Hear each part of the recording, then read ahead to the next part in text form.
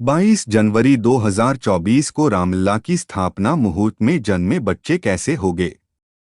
ग्रह नक्षत्र की चाल से जाने भविष्यफल। 22 जनवरी 2024 स्पेशल डे। 22 जनवरी 2024 का दिन पूरे भारत के लिए बहुत विशेष दिन होने जा रहा है। इस दिन प्रभु श्री रामलला जी की स्थापना होने जा रही है। दोपहर 12:30 का समय होगा तथा मेष लग्न होगा। इस समय पर पैदा होने वाले बच्चे अपने जीवन में किस प्रकार उन्नति करेंगे तथा उनकी कुंडली में कौन कौन से शुभ योग बने होंगे, लिए उन युगों के बारे में जानते हैं।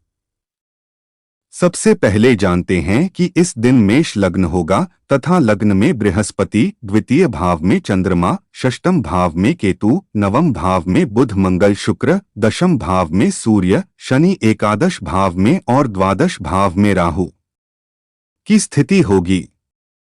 यह ग्रह स्थिति अपने आप में ही राजयोगों से भरपूर ग्रह स्थिति है। चामर योग तथा दीर्घायु योग। लग्न तथा अष्टम भाव का स्वामी मंगल नवम भाव में मित्र बृहस्पति की राशि में है। यह एक उच्च स्तरीय राजयोग है। केंद्र का स्वामी नवम त्रिकोण में चले जाने से चामर योग तथा दीर्घायु योग बन रहा है। ऐसे योग में पैदा हुआ जातक अच्छे धन और स्वास्थ्य से युक्त होता है तथा धार्मिक कार्यों में वृद्धि का गुण विशेष रहता है।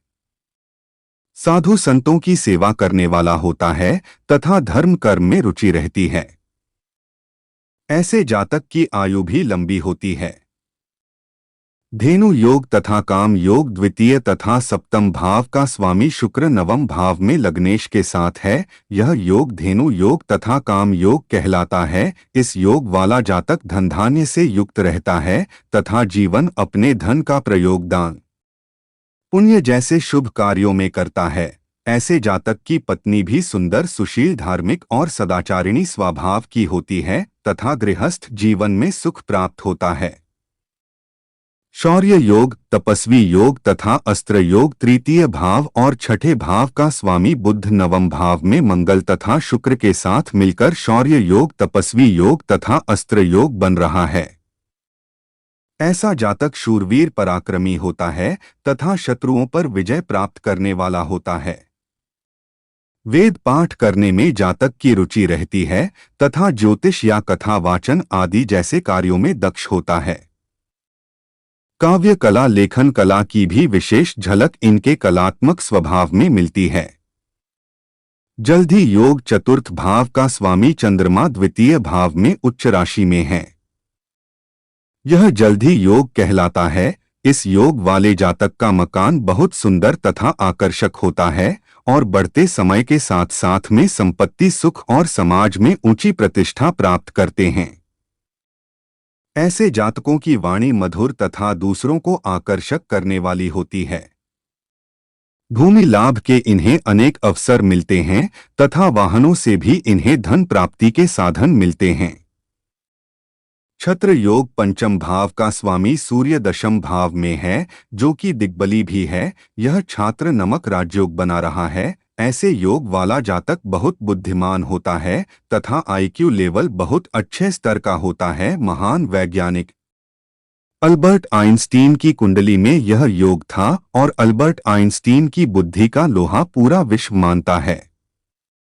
इस योग में पैदा होने वाला जातक अच्छे निर्णय लेने वाला तथा बुद्धि का सदुपयोग करने वाला होता है।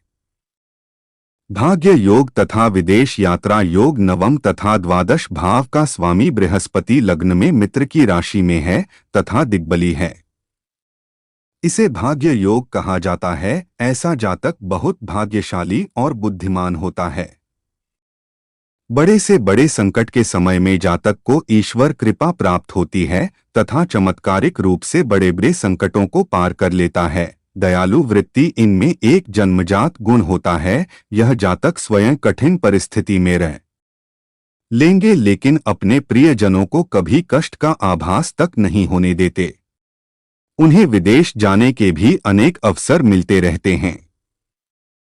ख्याति योग तथा पारिजात योग दशम तथा एकादश भाव का स्वामी शनि एकादशी भाव में है। इसे ख्याति योग तथा पारिजात योग कहते हैं। ऐसे योग में जन्म लेने वाला जातक राज्य समाज में बहुत बड़े स्तर की मान प्रतिष्ठा हासिल करता है तथा उसके पास धन प्राप्ति के अनेक साधन होते हैं। ऐसा जातक यदि गरीब घर में भी पैदा हो तो भी वह अपने जीवन में बहुत बड़ी शान और शोहरत हासिल करता है। ऐसा जातक अपने आप में ही एक मिसाल के तौर पर माना जाता है। इस प्रकार से और भी अनेक राजयोग इस कुंडली में बना रहे हैं जो कि बच्चों को आजीवन सुख प्रदान करेंगे।